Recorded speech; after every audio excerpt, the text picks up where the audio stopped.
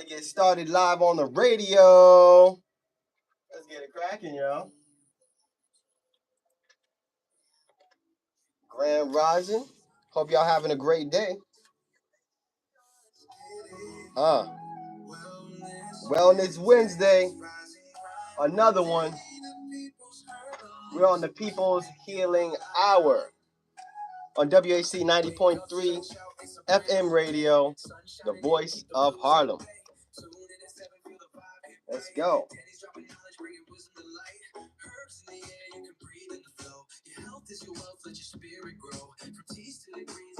Oh, yeah. Hope y'all doing great today. And I appreciate y'all for tapping in with me, going live on the radio while streaming live on YouTube. The People's Healing Hour is a Harlem-based radio show that taps in and touches about some different healing and health topics. Today, we're going to be talking about the immune system.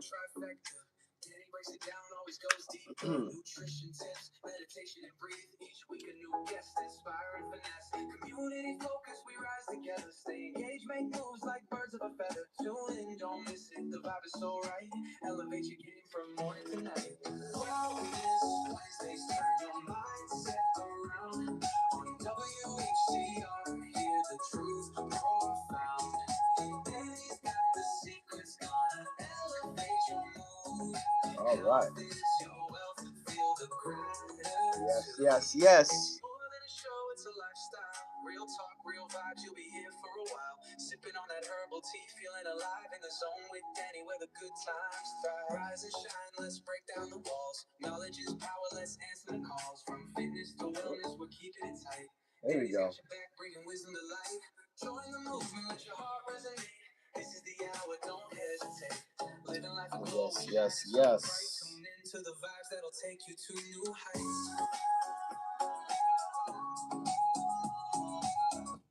Oh, yes. Welcome to another episode of the People's Healing Hour on WHCR 90.3 FM radio, the voice of Harlem.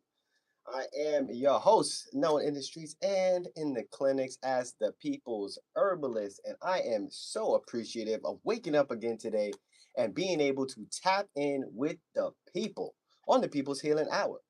All right, so today we're going to open the phone lines. We will have the ability for people to call in and tap in and give some birthday shout outs if you want to, or just give some prayer requests, because we are a community-based radio station and we want to make sure that we are listening to the people and sharing the good news, the good words, the good vibes to the folks. So the call-in line for you guys is 212-650-6903. Don't call in just yet. Let me jump into what we're going to be talking about today. And if you feel it's necessary, you can absolutely chime in. But today, we're going to be talking about the biodiversity. We're going to be talking about the importance of having a diversity of microbes. We're going to be challenging the germ theory today, exposure to germs and our immune system, and how that is all surrounded by what we are surrounded by. So what we're doing, where we are, what we're exposed to, how that impacts our immune function is important. All right, so we live in a society now in Western civilization in modern times where we have learned the magnificence and the importance of hygiene, cleanliness, sanitation. These are truly game changing and have saved many lives. And we know in other parts of the world, people are suffering because they do not have access to as much cleanliness and hygiene as we do here, especially when it comes to sewage and clean water. And those modern things that we take for granted are not every day available for places in third world. So I wanted to highlight that first and foremost. And also, I know the importance of this firsthand because I just had a health inspection, right? I'm an herbalist, I'm a product creator. I am an innovator in the space to make sure that people have access to uh, items that are very impactful for our health. And for that, if we're going to provide things to the communities, you have to have inspections. Health inspectors have to come in here, make sure that you are not contaminating the items and you're using safe practices. And this has really revolutionized how safety and foodborne illnesses and the ability to stay safe from the things that we consume. It's increased, dramatically. So, with that being said, right, we might have taken it a step too far, right? When we're in our health care spaces, if you're in a hospital, right, you want to make sure that there is sanitation, cleanliness across the board, especially if you're doing surgery, opening somebody up. You don't want to have them exposed to any outside germs. However, in modern life, regular life, if you're not a surgeon, if you don't work in the ER or a setting where you have a very sensitive and fragile communities, right? You want to make sure that we have a diversity of germs. And this is an important aspect because germophobia and cleanliness is kind of hand in hand, but they are separate. They are not the same, right? You can be clean. That's awesome. That's amazing. Cleanliness is next to godliness is one of the terms that I've heard so many times from the elders, from grandparents. It's true. You don't want to stink, right? That's personal hygiene. But when we are sterilizing all the environments and making it impossible or very improbable for our children to be exposed to dirt, then we're looking right now, we're seeing the impacts of that and the impacts on our immune system in general because we no longer have exposure to some of the microbes that were in the soil, that were in the dirt. The kids are not really running around with no shoes and getting their hands dirty as much as they used to.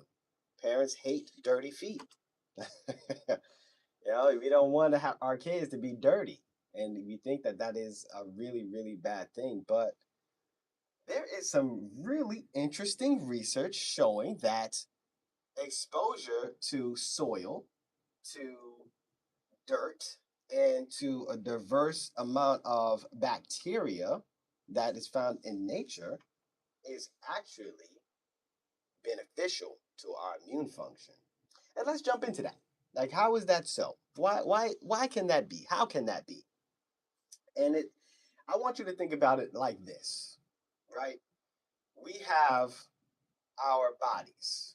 We have our soldiers. Let's think about this. Our soldiers in our military, if they are not being trained, what's going to happen? If they're not being in an environment where they have to face obstacles and endure, they're going to get lazy. They're going to get unproductive. They will be sitting there and not being as militant and vigilant as they should be. And that goes the same with our immune function. And when we're thinking about immune function, right, we hear the words immunity, boost your immunity.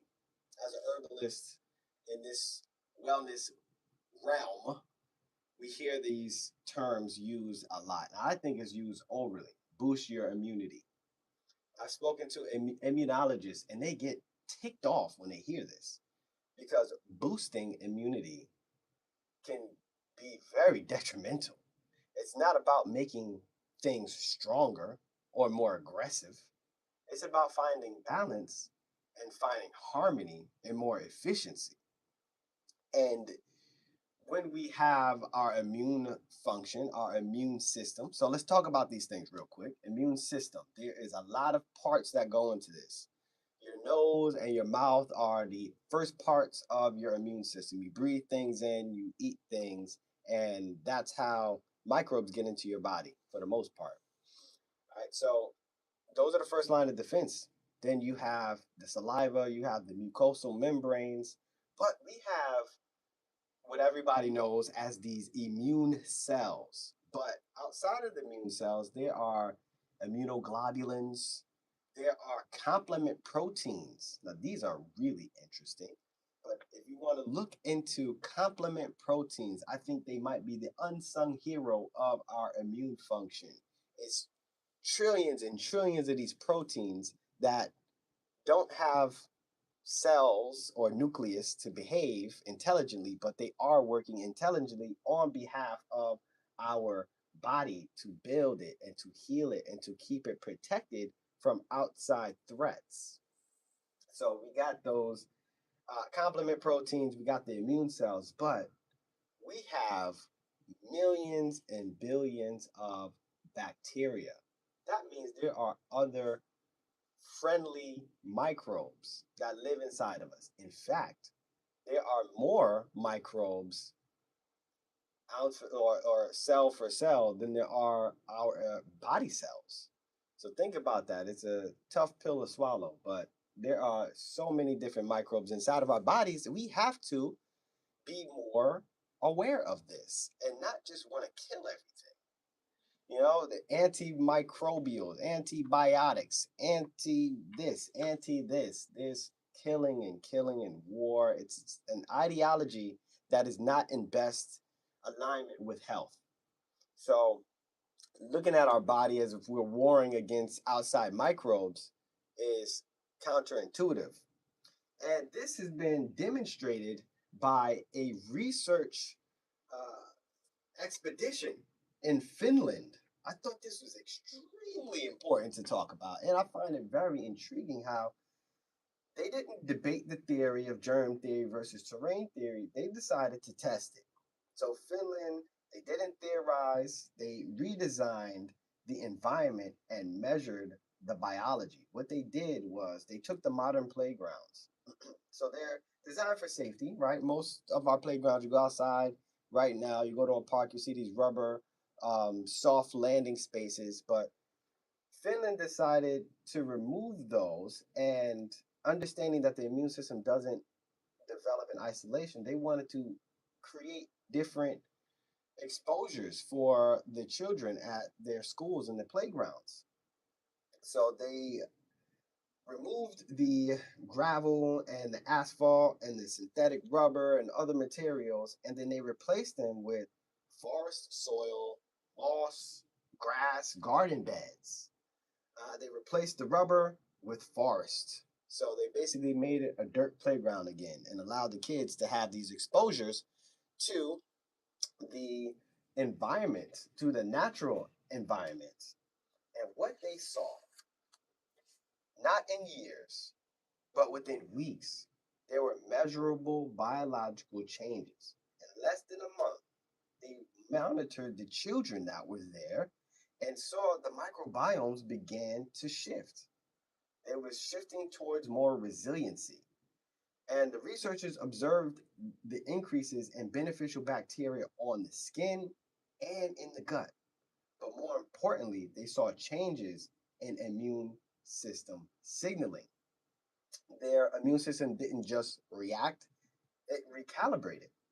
And the markers associated with immune regulation improved, suggesting that the body was becoming better at managing the inflammation response. Because exposure to soil didn't make them sick, it helped regulate the system designed to keep them well. Now, this flips the common narrative on its head because we think that hiding our kids or protecting our kids from all the microbes, hand washing is obviously something that's important, but keeping them away from dirt and never having exposure to soil is the best practice. But according to this data, according to this research, and then also historically, we can see that exposure to more microbes is actually a beneficial thing. And we're seeing a drastic increase in autoimmune system issues, autoimmune issues, where we're seeing the immune function attack normal cells. And there's a theory that this is happening because we have removed all of the obstacles for the immune function to jump over in order to stay healthy is supposed to be a dynamic activity.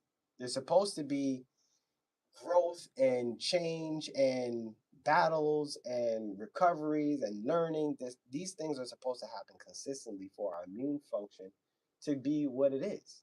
And it's truly amazing because we are alive every day in every way. So I thought it was important to have this conversation about immune function, man, on WHCR 90.3 FM radio, the voice of Harlem. All right, y'all can call in 212-650-6903. Phone lines are open. If you guys want to hear some more, if y'all want to talk more about this process of how our immune system can be recalibrated, they can be improved by exposure to soil and dirt. And obviously, y'all know what I'm going to say. Y'all need to get outside. Go outside in nature, explore.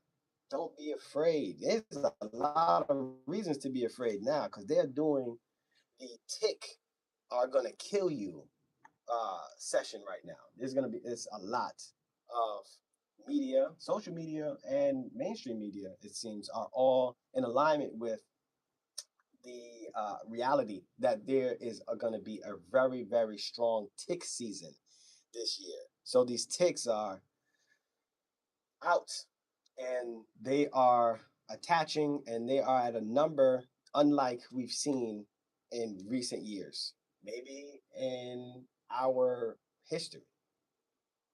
Time will tell, but it is tick season now, and currently I know a lot of people that have been afraid of seeing the ticks on their children, on their pets.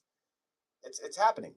And there are ways that we can battle this. And number one, the most important way is don't panic, right? And there are tick removal practices, like you want to pull the tick right out and put that tick into a bag and send it over for testing just in case it has those bacteria or microbes that could be harmful.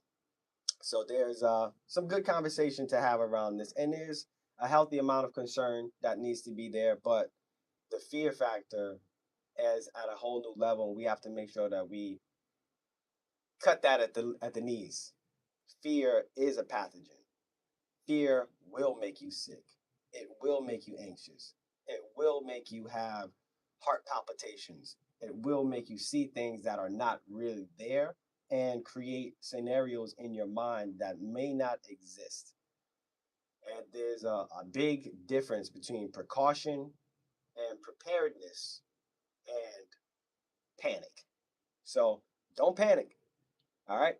Make sure that you're aware. And there's some tools that we can use in order to avoid this. If you're going out in nature off trailing, especially if you like to hike in places that don't necessarily have the best trails, then you're likely to run into a tick and it might grab onto you. But you can use some natural repellents. And shout out to all of my people that are proponents of essential oils. I love them. I don't sell essential oils. I don't have them on my website, but I do love to talk about their benefits because therapeutically, there's some health benefits, a lot of them. And simply just sniffing them, they're really good. But we're going to talk about a couple that can be beneficial for tick repellent. And one is cedar wood, another is geranium, another is lemon ball or lemon grass, excuse me. And then also another one is eucalyptus. And I've seen some people experimenting with different essential oils as well, but we know those four have some repellent properties that won't last for many hours, but you can put these essential oils on, make a little salve and put it around your legs, on your socks. Make sure your socks are high if you're walking out there. And not only does it smell really good, but it can help you in repelling ticks. So take that little 2 cents, those little notes, and utilize this so you can be proper prepared to go outside, and you know that you are doing your best to be in defense of what they are calling the largest and most aggressive tick season that we have seen. So there's also things that we can do to keep our immune function high, and that is using astragalus root, one of my favorite adaptogen herbs, one of my favorite herbs across the board. And traditional Chinese medicine has astragalus listed as a heaven class herb. Heaven class. That means you know what that means. It's the top of the top. That's the creme de la creme. But yes, it is known to support heart function. It is known to increase natural killer cells and different T cells and support skin integrity. It's known for lung function, and a lot of data points have shown it to be very effective against different viral infections. I say that with a deep breath because viral infections or illnesses associated with viruses are controversial in the terrain appreciation of how our bodies can heal. But knowing that astragalus root is definitely something, a very powerful tool for our bodies to be able to handle some of the aggression of microbes that can get into our system. It's an important thing to know.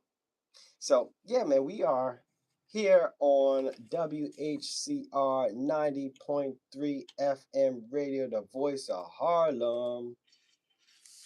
Yeah, you're listening to WHCR 90.3 FM, the voice of Harlem. Yes, yes, yes. So we're back here. We're talking about microbes. We're talking about the immune function. We're talking about ticks, but we're talking about being exposed to an environment that is not so sterile.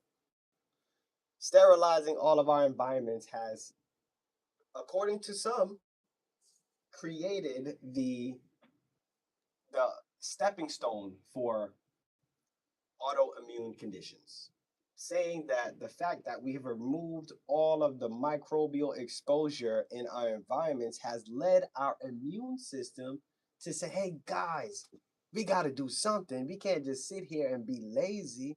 There's got to be something to fight. And then they are attacking our cells and our tissues. And probably because we have a lot more environmental exposures that are not soil or bacterial health, like microplastics, like heavy metals, like pesticides, like herbicides, all of the other things that are in our environment that actually get embedded into our cellular membranes and sometimes absorbed into adipose tissue or in different, lung cells. These things can get embedded in there, and maybe our immune system is recognizing this and saying, hey, we got to do something because we don't have any other obstacles or we don't have any other people to spar with because we've been so sanitary. That is, I know it sounds crazy to people. And I know a lot of people are like, yo, you don't know what you're talking about, guy. We got to clean our hands. We got to make sure that we're, our house, the doorknobs, we got everything has to be clean. Everything has to have Clorox. We got to use the antiseptics and the anti this. It has come at a cost. And the Finland study that I was referring to earlier has shown this is true. Adding more soil, adding more bacterial inputs to our body creates a better resilience in our children. So we saw this.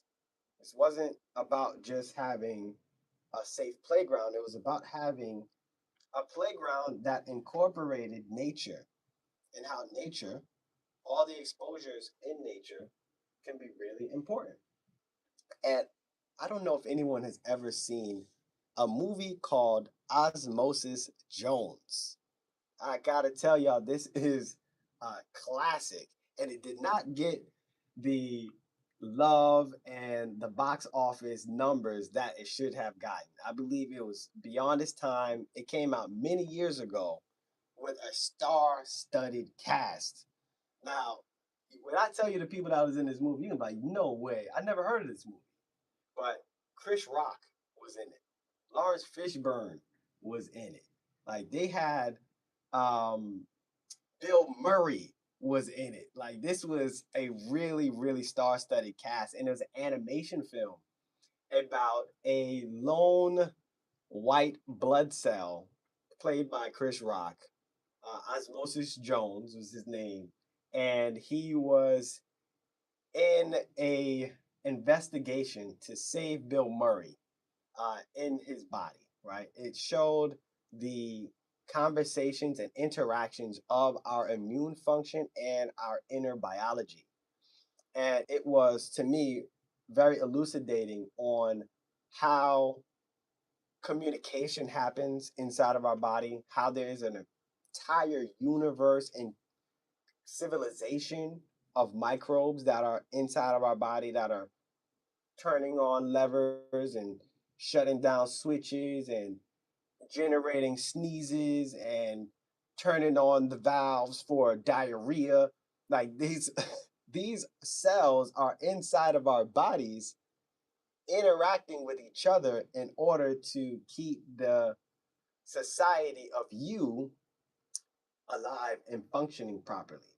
So you're walking around, you as the individual, you and me, we are walking around our days being part of our society, trying to stay healthy, trying to be a intricate and responsible part of society, while at the same time our inner cells, we have bacteria in there, we have our cells, white blood cells, we have our tissue cells, we have our organ and gland cells. All of these things are communicating with each other commerce wise, sharing nutrients, having conversations, and they're keeping our bodies working efficiently. And if they don't have what they need, then things start going awry. And if they have invaders and malicious intended uh, other microbes in our bodies, then we're seeing a detriment in our health. So Osmosis Jones was a fantastic film that showed that in a way that was funny, but also made sense so you can understand how our bodies are a true universe. And we have to make sure that we understand that. And I think it's important for health and wellness for us to visualize the cells in our body, the bacteria in our body, all of these things inside of us as a balanced ecosystem, a society, a civilization that needs to be cultivated. And we can't just genocide certain bacteria. So think about it like that. This biodiversity, and you trying to kill them all is genocide. Is genocide okay for us in our society? I hope you're not for it. I know some people kind of turn a blind eye if it doesn't match their political and religious ideologies. And it's like, okay, we can get rid of them. They're animals. That's I don't think that's good. And if that's your something in the back of your head, you might want to rethink that because it sounds crazy.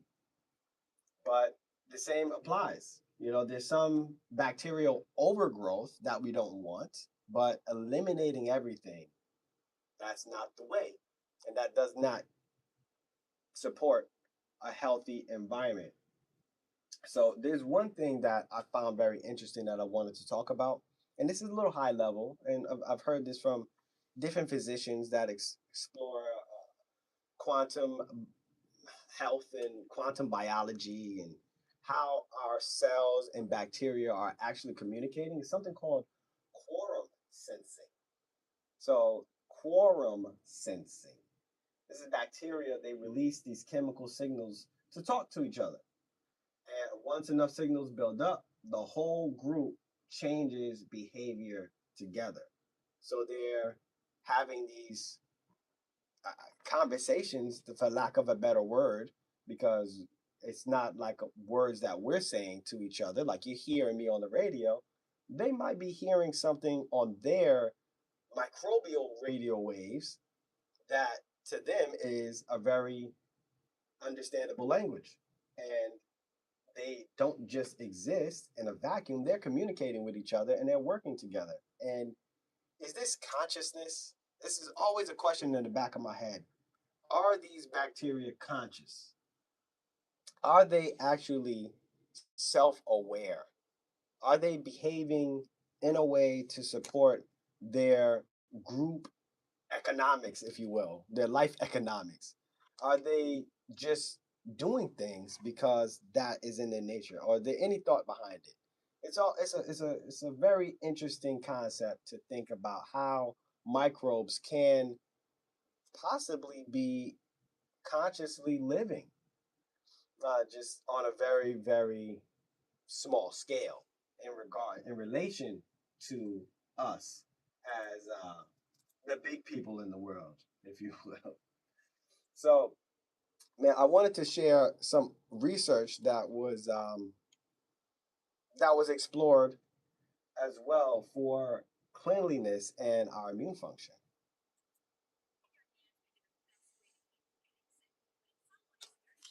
Body good. We've all been taught that dirt is bad for us. In my Mhm. grandmother's house, cleanliness was next to godliness, and everything was scrubbed clean and disinfected. But now, with new research on the superpowers of the microbiome, it may be time to rethink our relationship with filth. You may think dirt and soil are Hello. interchangeable. They are both a grainy collection of minerals, oils, water, and What's organic up, matter. Essence? But I'm gonna soil put stays in you your on live backyard, while in dirt a is what couple of follows you seconds back after into your this house. video Both have microbes. continues the show. Germ theory tells us that these microbes Hold can on for infect our about 2 minutes. bodies and make us sick. We're starting to understand that in our haste to eliminate and defend against disease, we may have unintentionally protected ourselves against the collaborative relationships we need most. Yes, Oh, we got a caller. overexposure to some microorganisms will make us sick. But of the thousands of species and up to 6 pounds, yes, pounds of bacteria that are living in and on our bodies right now, some are critical for our health and happiness. The bacteria that live in our bodies, sometimes called our microbiome, help us digest food, respond to pathogens, and may even influence our moods. Getting dirty once in a while can help repopulate friendly bacteria that have been killed off or washed away by our hygiene practices. Commonly, we're taught to clean ourselves thoroughly to prevent illness, but we could be killing off too much good bacteria. Studies show that we need exposure to both friendly and unfriendly bacteria to maintain health and a strong immune system. Some exposure to disease causing pathogens early in life helps to build our body's defenses, keeping us healthy as adults. When our body fights a disease, it's activating immune cells in response to a remembered disease agent. The hygiene hypothesis suggests that the right amount of exposure to germs and dirt builds our body's library of known diseases and teaches our immune system to remember which microbes, proteins, and viruses are dangerous. Without this training, our immune system may become hyperactive, looking for diseases to fight, and it might find innocuous aspects of our biology instead. When the body attacks itself, it can cause autoimmune disorders such as asthma and inflammatory bowel disorder. An example of this was seen in a study of germ-free mice that had been raised in a sterile environment. The mice were compared to normal mice living in a microbe-rich environment. The germ-free mice were found to have several immune disorders such as inflammation of the lung and colon, which resemble human asthma and colitis. These conditions were caused by a hyperactivity of a type of immune cell that had been previously linked to these diseases in both mice and humans. Most importantly, the researchers discovered that exposing the germ-free mice to microbes when they were babies led to development of a regular immune response and proper defense against disease. So, playing in the dirt as a kid is good for you. And adults, it's not too late. Put that hand sanitizer down, go hiking, pet that dog, explore different environments, and all of that good bacteria get messy. Remember, in our So, yes, we have a lot of data and a lot of research on showing how being exposed to microbes and dirt and soil can be so impactful for our immune function, especially the kids. So, get out there and play in the dirt, is what she said. And, yo, I got a caller today. I got a special caller in. I'm excited to bring her on just to chat a little bit. Hold on. Essence, can you hear me? Great morning, great morning. Happy to hear your voice. How you feeling? Just being in the studio, but happy Wellness Wednesday. We're here. Yes. And we're streaming live on YouTube for the folks, just to let y'all know. We're on the airways on WACR 90.3 FM radio, but we also stream on YouTube so we can connect to Harlem and beyond. So we want to give a shout out to all the people that are chiming in and listening in from YouTube. I seen a couple of questions that popped up in the box, and before we jump into any of their questions, I just wanna talk to you about this topic of the day. How you feel about our immune function and our environments and the inputs of our environments, how that impacts our bodies. First of all, our experience, the human design is shaped by environment. It's our selecting agent both internally and externally, right? And I think all of the topics that you discussed today, from the quote unquote sterile environments to ticks and even osmosis Jones, it all ties back to us living in a conscious design. Like you asked if the bacteria is conscious, even if it's not thinking, logically processing, right, the way we do, I feel like it's still a reflection of the overall conscious design. So it's a projection in this experience, just like all the rest of us, in my opinion. I love that. Exactly. It is an experience. It is an expression. And the fact that there is intelligent behavior and a nature of collaboration, communication, building, growing, all of these things on a micro level apply to a macro level. And when we look at it at a macro level, it's very easy to understand consciousness. But when we look at it at a micro level, we assume that there's no consciousness because there's no belief systems. There's, all of those things that we assume that we have that they don't, creates a disconnect. But I don't think so. I don't think that there is. This is a theory. This is not proven facts. There's no uh, conversation that we've had with microbes to prove their understandings of their life lived or self awareness. But I don't think it's out of the realm of possibility for us to see this as a reality. They microbes are living. All of the theories from string theory versus the holograph theory and even quantum mechanics, because we were just talking about quantum something, which kind of ties into that. It all shows that we're interconnected and we're interdependent. And that can even explain, or at least help us conceptualize, like when bacteria even starts to grow out of um, or it starts to overpopulate in certain environments, i.e., like the human body, and what that may look like, and can they be um, helpful or beneficial, rather, in some numbers versus how when they start to harm us. And I think you had a perfect topic today with the Lyme disease and ticks being out of control this year and being at the highest numbers that we've seen or that they've reported at least. Yes. Yep. Because I know you brought up some like preventative herbs, but does it make sense for us to quickly talk about what the overpopulation in the body may look like and like some herbs for recovery? Yeah, absolutely. And I think you are the perfect person to have this conversation with. We talked about some of the preventative things, like topically, if you're going outside, using some of the essential oils. But you say you are exposed, and I believe the number that they said right now was like 1 in 4 ticks can possibly be carrying this. But if you do have this, and this is something that you've dealt with for a while, so I want to give you a moment to kind of talk about your experience before we talk about. Everyone, a quick summary and make a very long story short. I've been sick or I've been dealing with disease, right? Since I was about about 12 years old, and it started neurologically with migraines, myalgias, body aches, some muscle pains, all of the things. And they said tendonitis, you're growing, you're at the, which 12, you're at the hormonal age of puberty onset. So, doctors just guessing what could be wrong. And then as I started to age, that turned into GI issues and reproductive issues. And it just started becoming system by system where they're like, we think you have some undetectable autoimmune and neurological disease. And I got misdiagnosed with cancer, with lupus, with, like anything you can think of, they said I probably had.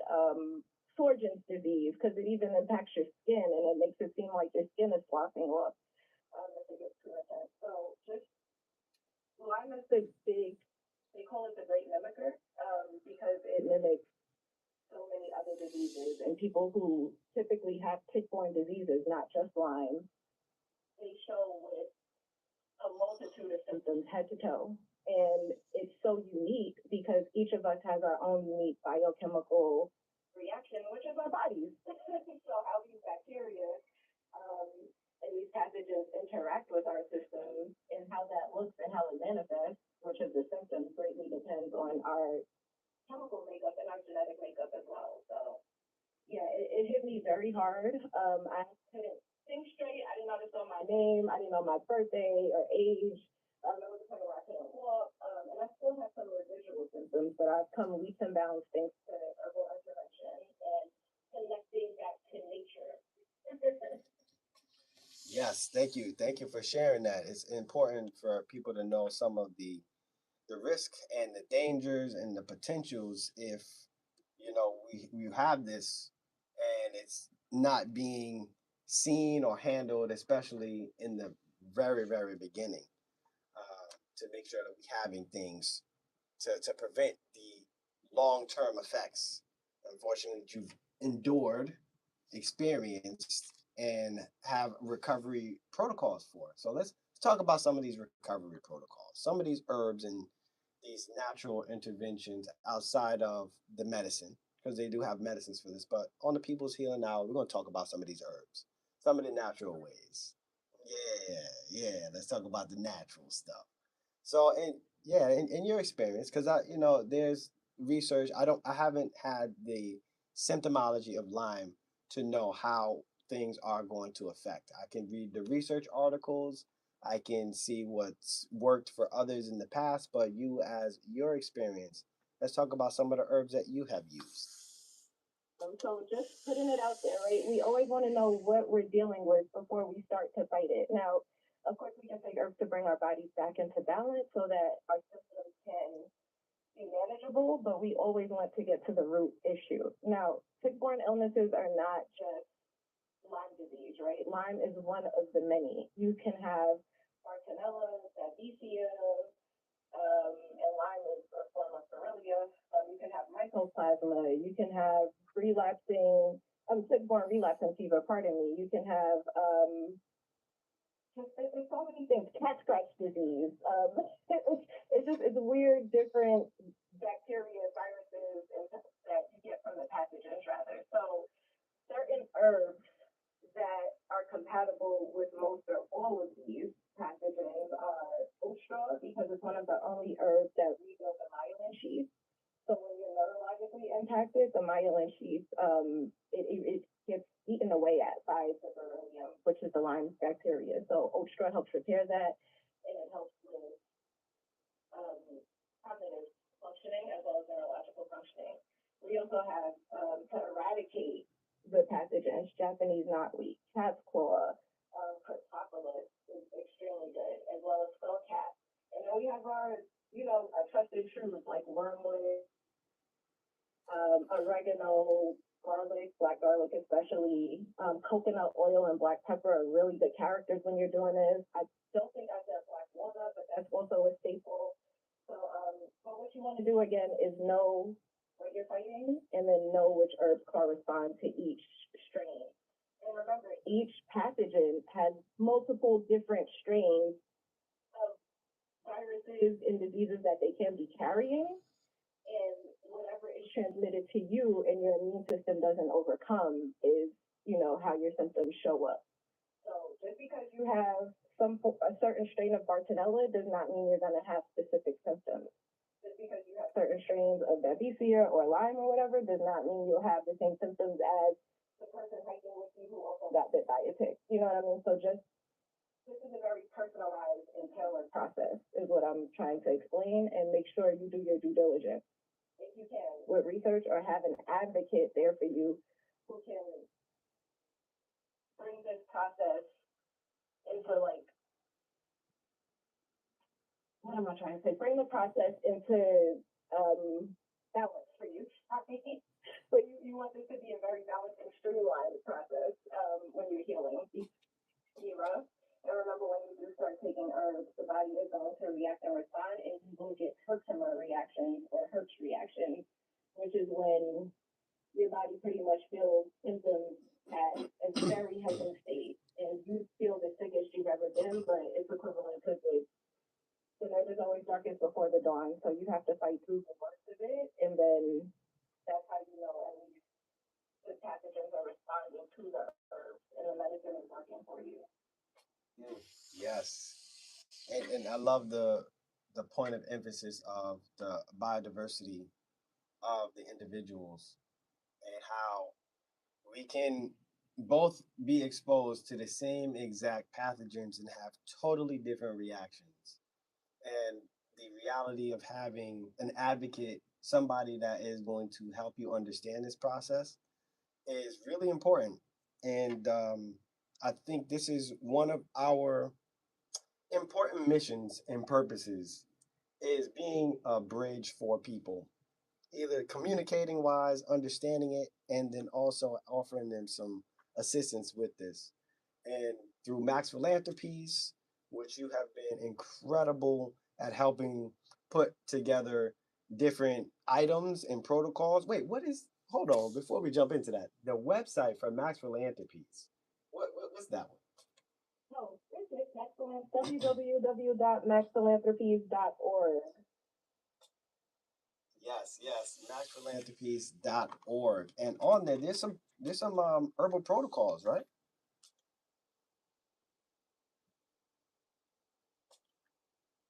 Are there any herbal protocols on maxphilanthropies.org? No, we didn't put the blog up yet. We may have some stuff linked directly to people's herbalists, but we don't have our protocols up just yet. Copy, copy. All right. Well, either way, Yeah, they should be up by the 15th. We should be running some focus protocols, like some wellness challenges. So if you guys want to jump on the next round of the wellness challenge, feel free. yes, connecting to the community. That is exactly what we want to do. We're building community. Thepeoplesherbalist.com. You can go in there and sign up for our newsletter. We have the People's Healing Circle, which we're going to be having monthly conversations. The last conversation that we had was about blood sugar and jiaogulan, like how to balance your blood sugar with the herb jiaogulan and finding some harmony there. From your yard, it's an herb. Do not use it. Don't throw out your jugular when you see it growing on the side by your sidewalk. Yep, yep. It's definitely a great herb that does grow like a weed, but it is very powerful, including cholesterol, longevity, blood sugar, which is a big problem in our society now. But yeah, just tapping in with the people's herbalists. Even especially people who can't manage their weight on the skinny side, you should look at insulin resistance. It's a big thing in our community because the food, our air, our water is very impure, and again, they're removing us from nature with all of these things down to the playground. Yep, down to the playgrounds, making it very, very hard for us to heal, right? And even heal as a society, as a people together, like socially heal.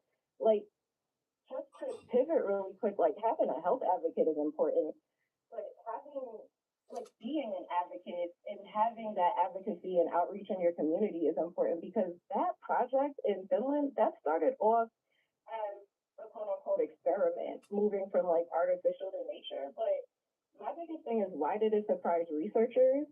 And why don't people know that we can easily go look up our domestic and foreign policy policies as well as our local government policies.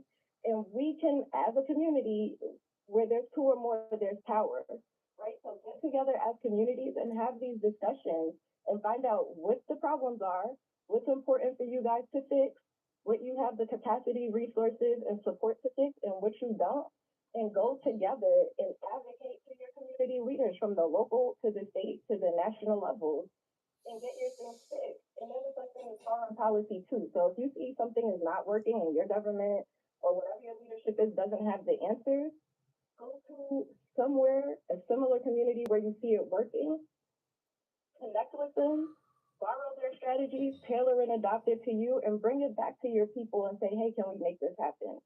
But do understand there's power. And I want to shout out really quick two community organizations, three Incredible Credible Messengers in Brooklyn, A Little Piece of Light in Brooklyn, and Life After Los Andre in Hempstead, because they are amazing at activating their participants to make that change. Like Incredible Credible Messengers brought their youth from having forums in Brooklyn, and we brought them all the way to Capitol Hill last year.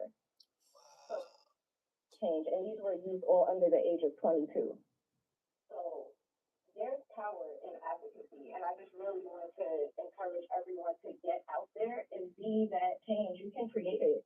And it can start with projects, something as little as a playground, a community garden, but make sure you're helping yourself and others return to the source, return to nature, return to your essence, no pun intended. So I would hang out there and make your voices like the activation tools, please. It's necessary. And I can promise you, you will be surprised at the rate of ignorance by our uh, leaders and council people when it comes to health and wellness. They just simply don't know. Politicians don't know. They are very astute to a lot of things. They look great. They're very intelligent for the most part, but there's certain parts of health and wellness that are emerging that you just not been privy to hear and learn. So bringing the data points and being an advocate for the community and health and healing, having conversations with them will turn the tide. And you never know how impactful your conversation with a civic leader in your community can lead down to state and then potentially federal level. Like you had the kids down there at Capitol Hill. That's empowering. Just to think that you can come together as a community and then now you can go down there and let your voice be heard by by the capital of this country. There's a lot of potential here, and we have to be the advocates for the health and healing that we want to see in our society. If not, we can't leave it up to them because what's going to happen? We're going to get more drugs. We're going to get more shots. We're going to get more. Uh, So less nature, more artificial. Let's just totally remove them from their element so that essentially it's meant to make us spiral out, guys. Like where the heck goes the body follows. And if you're so hang it up, but even think back to slavery, the key was disconnecting us from our roots, from our ancestors, from what we knew and who we were. So on a human level, forget race, but on a human level, if they disconnect us from who we are, imagine what that's gonna look like generations from now. yes, and we are a part of nature. Removing us from nature. Yes, we are nature. Like they've been doing everything in their power to remove us from this, disconnect us from this, artificially change genetic codes. Bye-bye. Everything out here has been very, very detrimental for our overall connection. And it's important that we go and we take our power back, be back in alignment with what is healthy and what is balanced. We talk about DEI in the workplace. All right, we need to have DEI in the microbes and DEI with our exposures to our environment.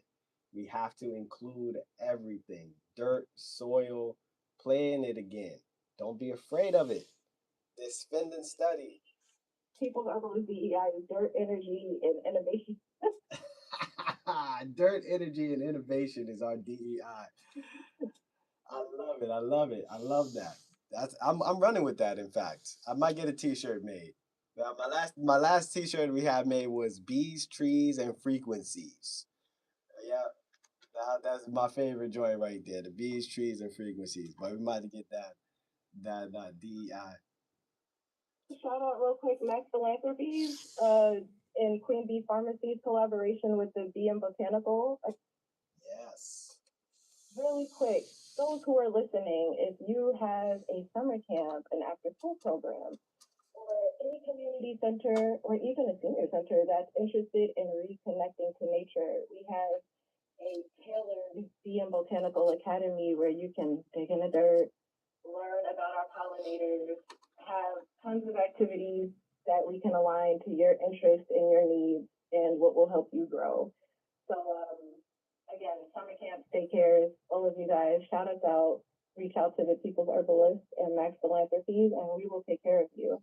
But Danny, you do amazing work with that program, and I really wanted to shout you out for that. Thank you for the You love. facilitate these connections like no other, so the people have to know. I appreciate the love, man. It's definitely a passion project to connect the people and especially impact the youth and get them exposed to educational pieces and obviously nature in the likes of the school system kind of removing them from nature and keeping them in the classroom and having those fluorescent lights on their behinds all day, every day. But being able to connect in the summertime, the Botanical and Bee Academy is definitely something that you want to incorporate. Talk to your council people, talk to your educational summer camps and all that. We can facilitate. And on that same note, I want to give a big shout out to Elizabeth, the Queen Bee, who officially has gotten our farm down in PA. Yeah, we got, I can't believe this is crazy. We now have a farm, like a full functioning farm.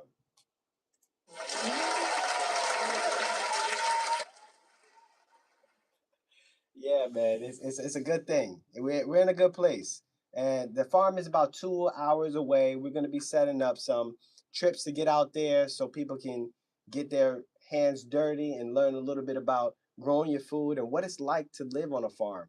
And I think that's an important exposure for us that are in the city, not to just sit here and be, wait to have food and try to grow food in a small space. But we got to get on farms a little bit and learn a little bit how we can be producers. I think it's a very, very important lesson that anybody and everybody should have. So we'll be setting those trips up pretty soon.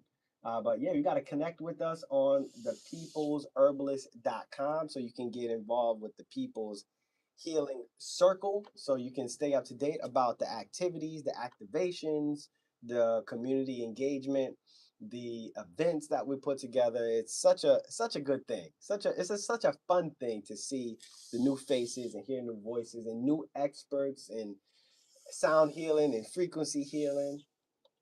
Yes, hearing directly from the people is really important. The testimonials that I hear, it's like, this always brings a joy to my heart. I can read the data points. I know how herbs are impacting people's cell behavior, etc. But when I hear the people talk about their real life, how it's improved their ability to go to work, to function, to have clearer minds and thoughts and be better and more present parents, that to me is like, yeah, this is beautiful. It is a beautiful thing that we're doing. Yep, shout out to the People's Herbalist micros. Been working. I've been in flare up season, and the microdose capsules have been saving my life. So yes, happen. Yeah. That was my testimonial, but I do want to shout out because you brought up the sound healers and all the different forms of the people who bring the different forms of healing modalities. But today, especially with talking about tick-borne illnesses and Lyme, I wanted to shout out Phyllis. He also has great innovation and technology with his copper created jewelry and copper and crystal created jewelry and magnetic fields, as well Daya and John Manna.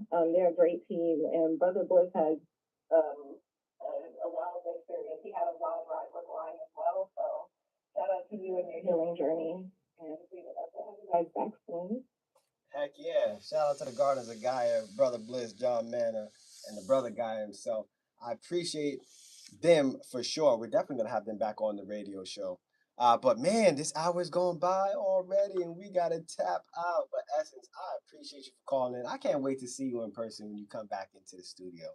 But I always appreciate your energy. Thank you, thank you, thank you. And oh, by the way, everybody, it's sold out. However, I did want to give a big shout out to the 40-year anniversary of WACR. And tomorrow there will be the International Jazz Day event at Aaron Davis Hall right here on the City College. So you can get your, you can't get no tickets, it's sold out. But it is an incredible event that is happening in 40 years on the airways, connecting to the people on WACR 90.3 FM. I will tap in with y'all next week. Much love, much love. Y'all have a great, great day.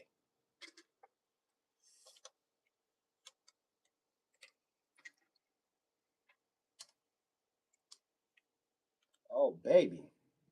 Went like about a half a minute too long.